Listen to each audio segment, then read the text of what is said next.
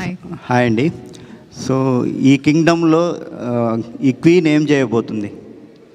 What's going to the queen?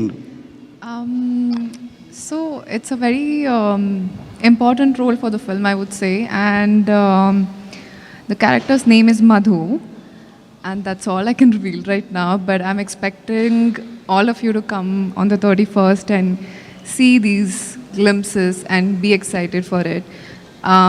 Gautam sir obviously make sure that every female has a very important role in all of his films, so that's what expected. Yeah.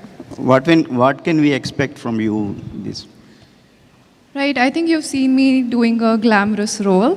This will be a girl next door, Gautam's serious kind of a role. Yes, and a sincere performance. Thank you, Vijay. What was the challenging for you, the playing the role in this kingdom? Challenging, I mean, I think all of us performed as a team, you know, like Vijay was very kind. We were all discussing the scenes.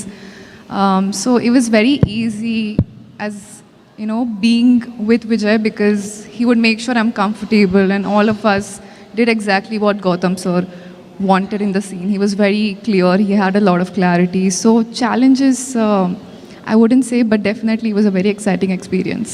Vijay గారు ఇక్కడ మీ ఫోటోని ఒక ఆర్టికల్గా వేయమని చెప్పి ప్రశ్న అడిగిన మీరే మిమ్మల్ని ఇంటర్వ్యూస్ మీడియా వాళ్ళు అడిగే రేంజ్కి వెళ్ళిపోయారు. ఇంటర్వ్యూస్ కూడా ఇవ్వలేనంత ఖాళీ కూడా మీకు ఉండట్లేదు. అయితే ఈ రేంజ్కి వస్తానని, ఒక ఫ్యాన్ ఫాలోయింగ్తో ఒక కింగ్డమ్ని మీకు మీరే అరేంజ్ చేసుకుంటారని, ఈ స్థాయికి వస్తానని మీరు అనుకున్నారా స్టార్టింగ్ డేస్లో?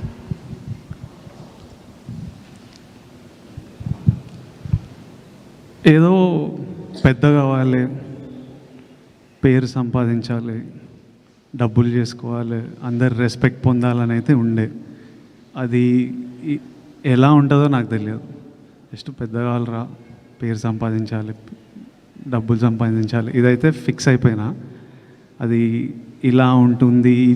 ఇది జర్నీలో మనం we find out as we go.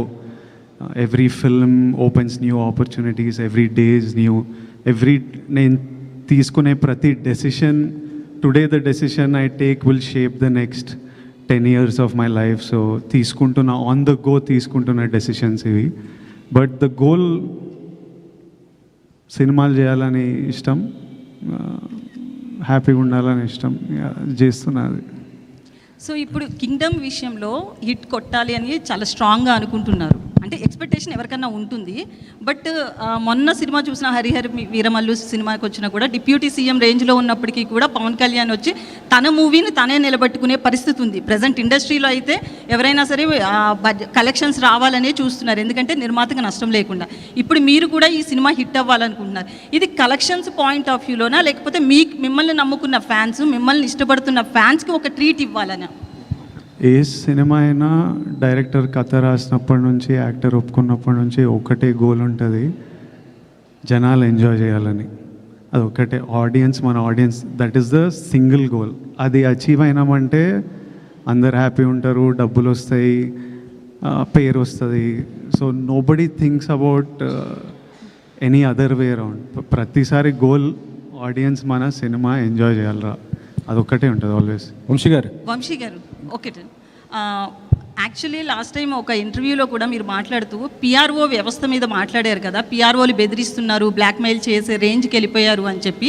అయితే కొంతమంది పిఆర్ఓలకి ఈ విషయంలో కోపం వచ్చింది. ఎందుకంటే ఎవరో పర్టికులర్గా వాళ్ళ గురించి చెప్పకుండా అందరినీ ఒక పిఆర్ఓ టోటల్ వ్యవస్థను అన్నారు అని చెప్పి, పర్టికులర్గా ఎవరైనా ఉన్నారని మీరు చెప్పాలనుకుంటున్నారా? ఆ రోజు ఆ ఇంటర్వ్యూ అడిగిన అతను అయితే మాత్రం మిమ్మల్ని ఆ క్వశ్చన్ అడిగిన ఆయన తిరిగి ఆ క్వశ్చన్ వేయలేదు, పర్టికులర్గా చెప్పండి ఆ నేమ్స్ అని చెప్పి. మీరేమైనా దాని గురించి ఓపెన్ అవ్వాలనుకుంటున్నారా?